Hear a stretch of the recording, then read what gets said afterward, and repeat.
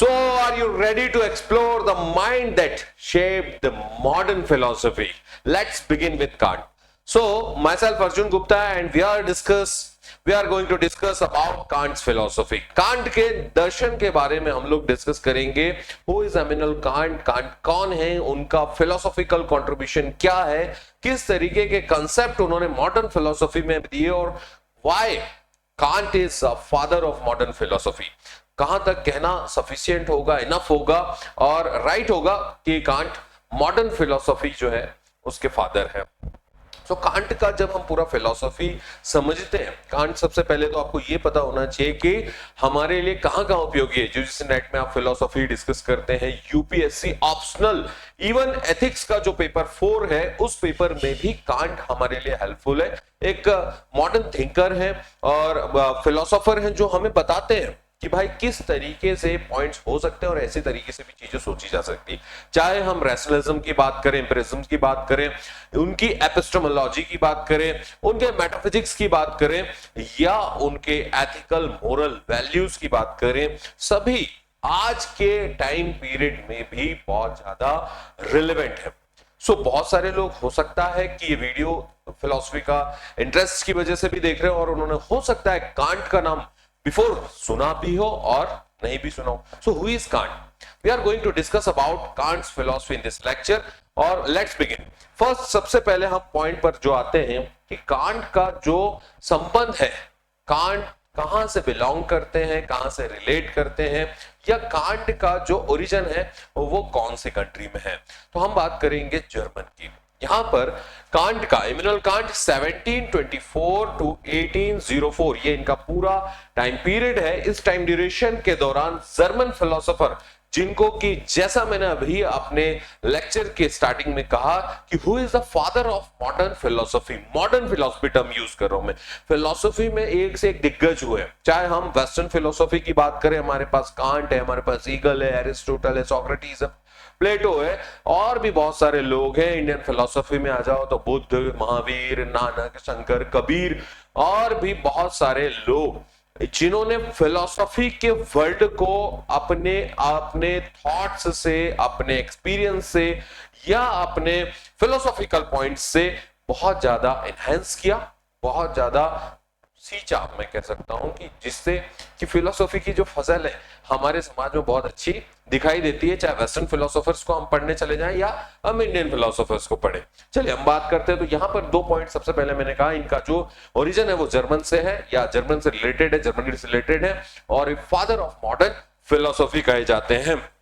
Known for critique of pure reason, critique of practical reason. 2 चीज यहां पर है. ये इनकी दोनों लिटरेचर्स हैं या लिटरेरी वर्क्स जिनको हम कहते हैं कि known for critiques of pure reason and critique of practical reason. Pure reason, practical reason, दोनों चीज अभी मैं आपको बताऊंगा कि क्यों कांट थोड़े से डिफरेंट है. एक धारा बह रही है सीधी तरफ, एक धारा बह रही है उल्टी तरफ.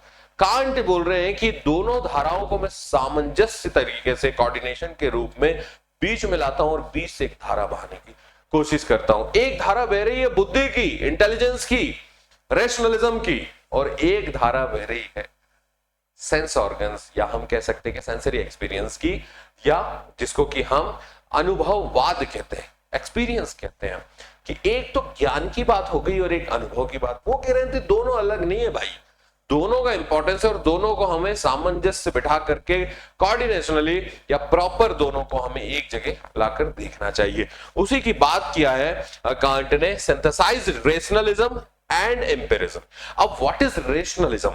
सबसे पहले तो ये पता होना चाहिए कि रेशनलिज्म क्या है दोस्त. रेशनलिज्म, बुद्धिवाद की जब मैं बात करता हूं वहां हम कोई चीज सोचते हैं, हमारे पास हर एक चीज का पहले से ज्ञान मौजूद है. जैसे आपको इजी एग्जांपल से समझा देता हूं कि किसी ने कहा या किताबों में आपने पढ़ा या आपको पता है कि आम मीठा होता है, या आपकी बुद्धि को पता है, दिस इज रैशनलिज्म. लेकिन आम किस तरीके का मीठा होता है, कैसा मीठा होता है, ये तो आम को टेस्ट करने के बाद ही पता चलेगा. तो हमारी जिह्वा, हमारी जीभ, हमारी टंग जब उसको टेस्ट करेगी तो वो टेस्ट करके जब बताएगी कि आम का ये स्वाद है, ऐसा मीठा और वाकई मीठा है, वो हो गया अनुभववाद. तो एक थ्योरी जो नॉलेज बेस्ड है कि 2+2 4 होते हैं, 4 पहले से एग्जिस्ट करता है, लेकिन हम उसको सिद्ध कर रहे हैं 2+2। दूसरा अनुभव, तो अनुभववाद मोस्टली सेंसरी ऑर्गन्स से मिलता है, जैसे कि हम बात करें हमारी आंखों का देखा हुआ, कानों का सुना हुआ, नाक से स्मेल किया हुआ, जीभ से टेस्ट किया हुआ, या हमारी बॉडी ने फील किया हुआ। 5 हमारे पास इंद्रियां होती हैं, उसकी हम बात करते हैं। तो इन दोनों को, वो कहते हैं कि दोनों अलग नहीं है यार, दोनों को साथ में लेकर चलना है, दोनों के बिना काम नहीं चलेगा, एक दूसरे के पूरक है, एक दूसरे को कंप्लीट कर रहे हैं। आगे और क्लियर होगा, कमेंट करके बताते जाना। लैंग्वेज इजी लग रही है, बहुत आसान भाषा में आपको कांट सिंप्लीफाइड करूंगा। जैसा कि रैशनलिज्म और एम्पिरिज्म की आपने यहां पर बात की।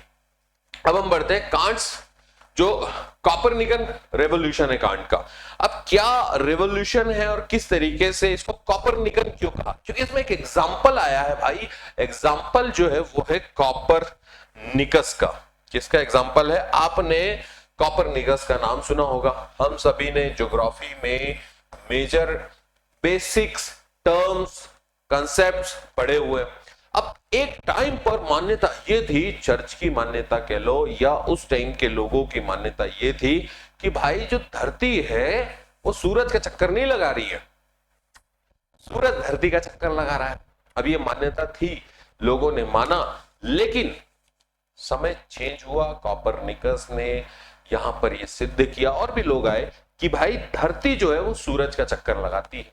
अब कुछ लोग ये कहते हैं कि भाई पहले के लोग जो मान रहे थे उसको मानते हैं, हम तो ये लिखा है इसी को मानते चलेंगे, लेकिन उन्होंने बुद्धि लगाई और तर्क के आधार पर, लॉजिक के आधार पर उस चीज को प्रूवन किया।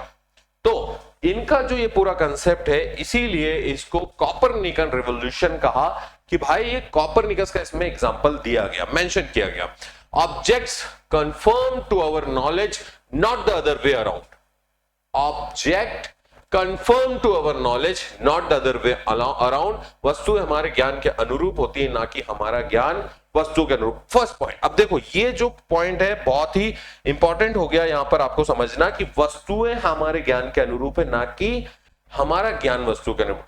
आप मुझे देख रहे हैं, मेरा शर्ट हो सकता है आपको पिंक दिख रहा हो, व्हाइट दिख रहा हो, येलो दिख रहा हो, व्हाटएवर, ये आपके सेंस के हिसाब से है। आपकी आंखें जिस तरीके से देख रही है, आपका दिमाग, आपके आंखें आपके दिमाग को जो इनपुट्स दे रही है, बता रही है कि यार ये कलर है। हो सकता है कि दुनिया में कोई दूसरा जीव है, उसे ये कलर्स नहीं दिखते, उसे 2 ही कलर दिखते हो। उसे मान लेते हैं कोई जीव है जिसको कि ब्लैक और व्हाइट ही दिखता है और कोई कलर नहीं दिखता, तो उसके लिए दुनिया कैसी होगी? उसके लिए दुनिया ब्लैक एंड व्हाइट होगी। हमारे लिए दुनिया इस तरीके के कलर्स में हो सकता है, किसी और के लिए किसी और कलर्स में हो। तो ये जो पॉइंट है कि ये कहना ये चाह रहा है कि किसी भी चीज को हम जैसा परसेप्शन बनाते हैं, एक्चुअली वो चीज वैसी नहीं होती। हो सकता है वैसी हो भी, बट ये हमारा परसेप्शन है कि चीजों को देखने का। उसी पॉइंट को यहां पर कहा, objects conforms to our knowledge, objects conform to our knowledge, not the other way around. Number 2, transcendental idealism, जिसकी हमने बात की। ये जो ट्रांसेंडेंटल आइडियलिज्म है, ये आइडियलिज्म आता है भाई इन 2 चीजों से। उन्होंने कहा कि रैशनलिज्म की बात हो या अनुभववाद की बात हो, दोनों को जोड़कर देखा जाएगा। वो कहते हैं कि ऐसा नहीं है कि हमें पता है ठीक है कि आम मीठा होता है, लेकिन उसको फील करें कि किस तरीके का मीठा होता है, तब तो पता चलेगा। तो दोनों को नकारा नहीं जा सकता, दोनों अपनी अपनी जगह सही है, और सिचुएशन बेस्ड कंसेप्ट उसमें निकलता है। तो वो जो थ्योरी है कांट की, वो किस पॉइंट पर आती है? वो भाई आती है ट्रांसेंडेंटल आइडियलिज्म, आध्यात्मिक प्रत्ययवाद। आइडियलिज्म बहुत इंपॉर्टेंट है। What is idealism?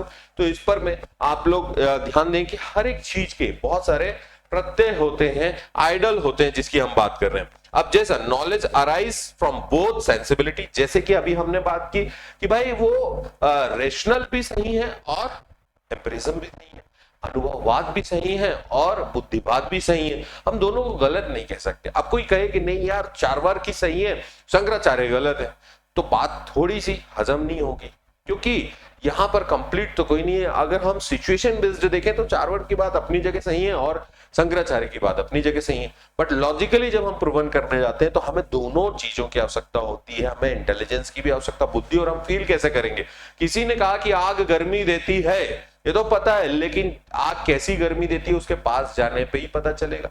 करीब जाऊंगा तो मेरी स्किन जलेगी, हाथ डाल दूंगा तो क्या होगा, हाथ जल जाएगा और तकलीफ होगी, हो सकता है स्किन में फफोले पड़ जाए। तो ये चीजें होती है।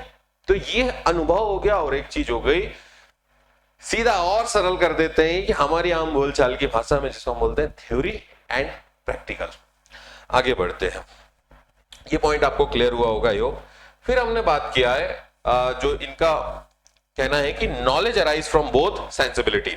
अब जैसे आगे बढ़ते हैं तो थ्योरी ऑफ नॉलेज, इन्होंने दो चीजों की बात की। नॉलेज की जो थ्योरी है, दो पॉइंट्स है, प्रायोरी जो पहले से हमारे पास है, और दूसरा एनालिटिक, और तीसरा सिंथेटिक अप्रियोरी जजमेंट।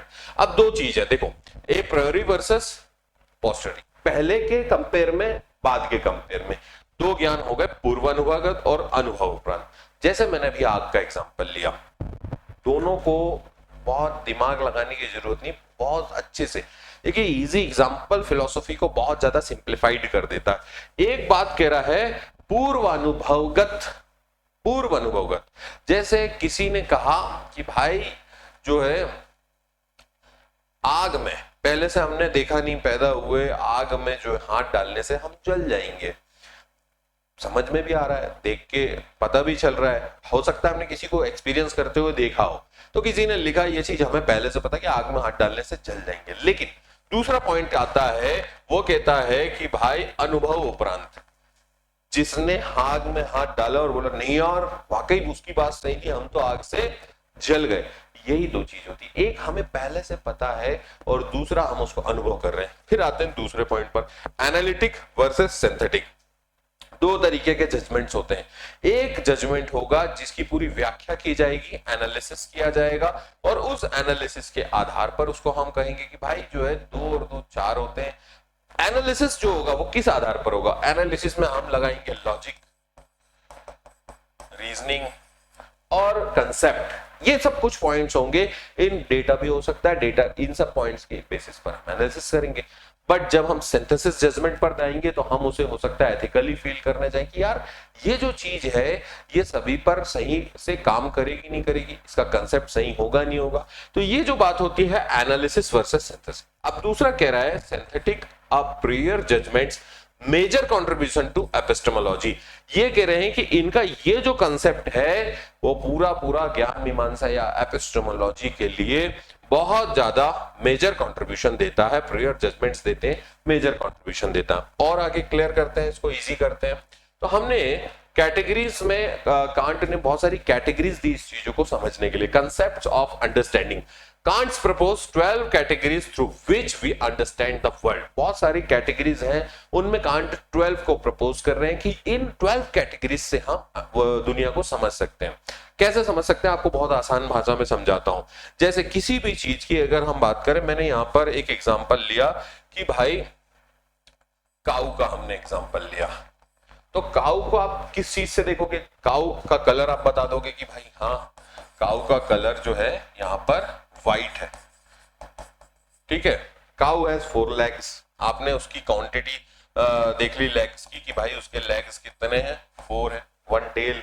ऐसे करके हमने उसकी क्वालिटी, उसकी फिर कॉन्फ़िगरेशंस आपने देखे, उस पे उसके कैरेक्टरिस्टिक्स देखे, क्या विशेषता दूध देती है, तो उसकी क्वालिटी, क्वांटिटी, नंबर, ये सब जो एलिमेंट्स होते हैं, उन्हीं एलिमेंट्स को हमने कैटेगराइज किया नॉलेज के लिए कि रेशनल या बुद्धि या अंडरस्टैंडिंग के लिए, category of understanding, that is 12 categories through which we understand the world. इन 12 कैटेगरीज से हम दुनिया को समझने में हेल्पफुल होते हैं, इजीली हम समझ पाते हैं। Quantity, quality, relation, modality. अब जैसे रिलेशन की हमने बात की, मैंने कहा भाई चलो ठीक है कि हो सकता है कि किसी व्यक्ति ने भैंस नहीं देखी, मैंने कहा कि यार गाय जैसी होती है, थोड़ा सा ब्लैक कलर उसका मोस्टली आपको देखने के लिए मिलेगा, थोड़ी बॉडी स्ट्रांग मिलेगी, थोड़ा सा साइज बड़ा मिलेगा, शेप ऐसा होगा, तो एक बंदा अनुमान लगा लेगा यार होती होगी, और इस तरीके से एक्सप्लेन कर रहा है तो उसको इमेजिन कर पाएगा।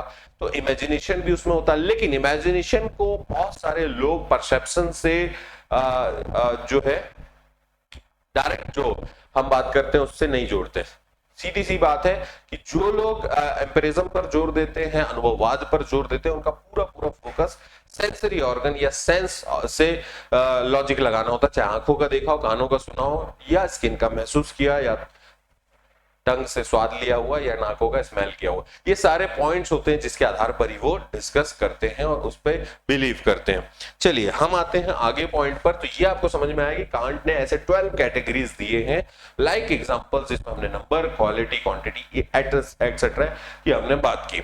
फिर हम आते हैं नेक्स्ट पॉइंट पर। सो फिनोमेना वर्सेस नॉमिना, ये बहुत इंपॉर्टेंट पॉइंट है किसी भी चीज को लेकर के।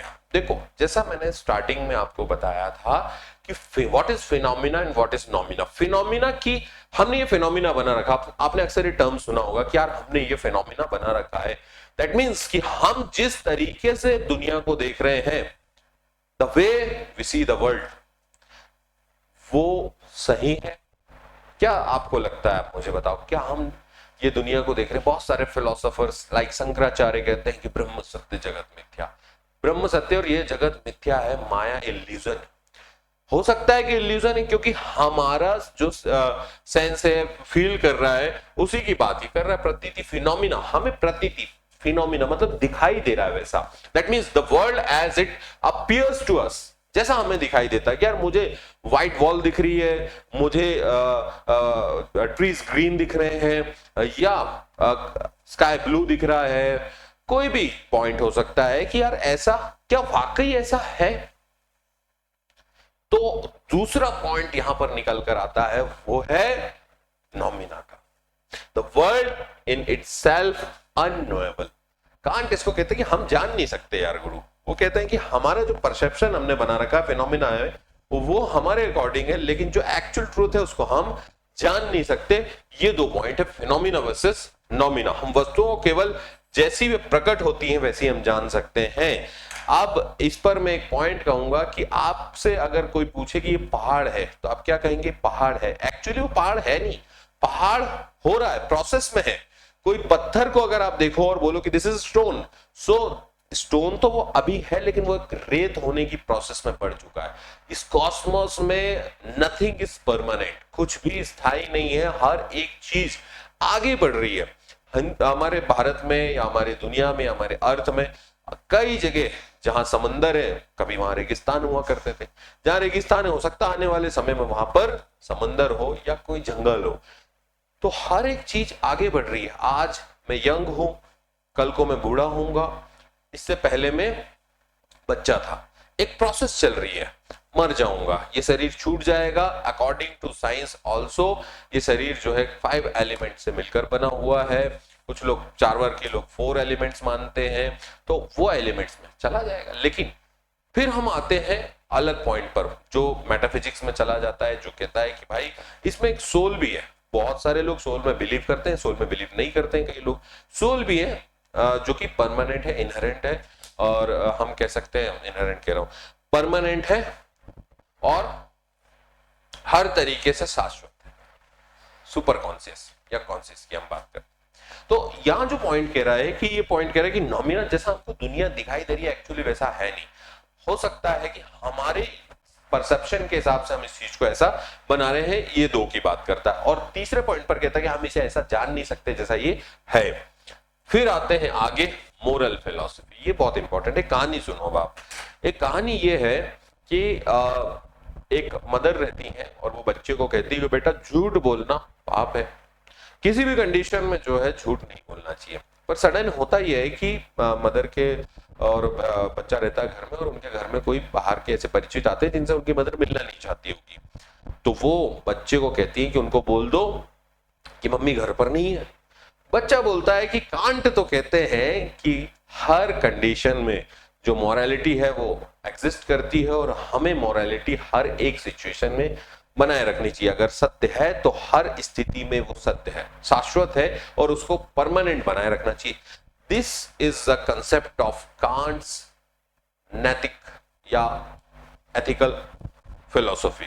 अब हम बात करते हैं central work, critiques of practical reasons. जैसे कि हमने आगे भी बात की, इन पे बहुत सारे पॉइंट्स हुए हैं कि भाई हर एक तरीके से आपने कहा कि सही जो है बोलना सही है, लेकिन कई बार होता है कि आपने सुना है और कहा है कि वो झूठ जो किसी की जिंदगी बचा ले वो झूठ नहीं होता। लेकिन कांट कहते हैं कि सच जो है वो सबके लिए, हर एक सिचुएशन में, किसी भी सिचुएशन में नैतिक वैल्यू या मोरल वैल्यू या नैतिक मूल्य चेंज नहीं होते, वो हर एक सिचुएशन में एक जैसे रहते हैं। ठीक है, good will only thing good without qualification, शुभ इच्छा ही बिना शर्त के अच्छी होती है। जैसे मैंने एक शॉर्ट वीडियो में भी ये बात कही थी कि कर्म जो है उसका फल उसके मूल्य में नहीं है, बल्कि इस चीज में है कि वो कर्म किस नियत से किया गया है। कांट ये कहते हैं कर्म फल की इच्छा तो वो एक अलग चीज हो गई, लेकिन कर्म किस नियत से किया गया है उसकी यहाँ पर बात होती है। तो उनका जो मोरल फिलॉसफी है वो बहुत ज्यादा एथिकल है, अप्रोचेबल थोड़ा सा प्रैक्टिकल लाइफ में कम दिखाई देता है मॉडर्न टाइम पीरियड में, बट वो एथिकल वैल्यूज को बहुत इंपॉर्टेंस देते हैं और वो कहते हैं कि दीज आर यूनिवर्सल थिंग्स जो परमानेंट है, सभी के लिए एक जैसा एवरी टाइम लागू होना चाहिए। आगे कांट के जो हम कैटेगरियल इंपरेटिव की बात करें, जो बहुत ज्यादा अनिवार्य जिन चीजों को कहते हैं, act only according to that maximum whereby you can will that it should become a universal law. ऐसा सिद्धांत चुनो। देखो जो अभी मैं आपको कह रहा हूं कि आप सुनो कि अगर मैं झूठ बोलता हूं, क्या पूरी दुनिया झूठ बोलने लग जाए तो आप इस चीज को मानोगे? आप कहोगे सिद्धांत गलत है। सिद्धांत ऐसा चुनना है जिसको सभी मान सके और सबका डेवलपमेंट हो, सबका विकास हो, सबका हित हो, किसी का गलत नहीं हो। तो वो एक्चुअली सिद्धांत उसको कहा जाएगा। अगर सच बोलना अच्छा है तो सभी के लिए अच्छा है, और झूठ बोलना गलत है तो सबके लिए गलत है। हिंसा करना गलत है तो सभी के लिए गलत है, और अहिंसा करना अच्छा है तो सभी के लिए अच्छा। तो कहते हैं कि यूनिवर्सल होना चाहिए। जो पूरा कंसेप्ट जो मैं आपको बता रहा था, act only according to that maximum whereby you can will that it should become a universal law. Respect for human beings as ants in themselves. किसकी बात कर रहे हैं? Respect for human beings as ants in themselves. जो सार्वभौम, कुल मिलाकर universal concept की बात की है कांट ने।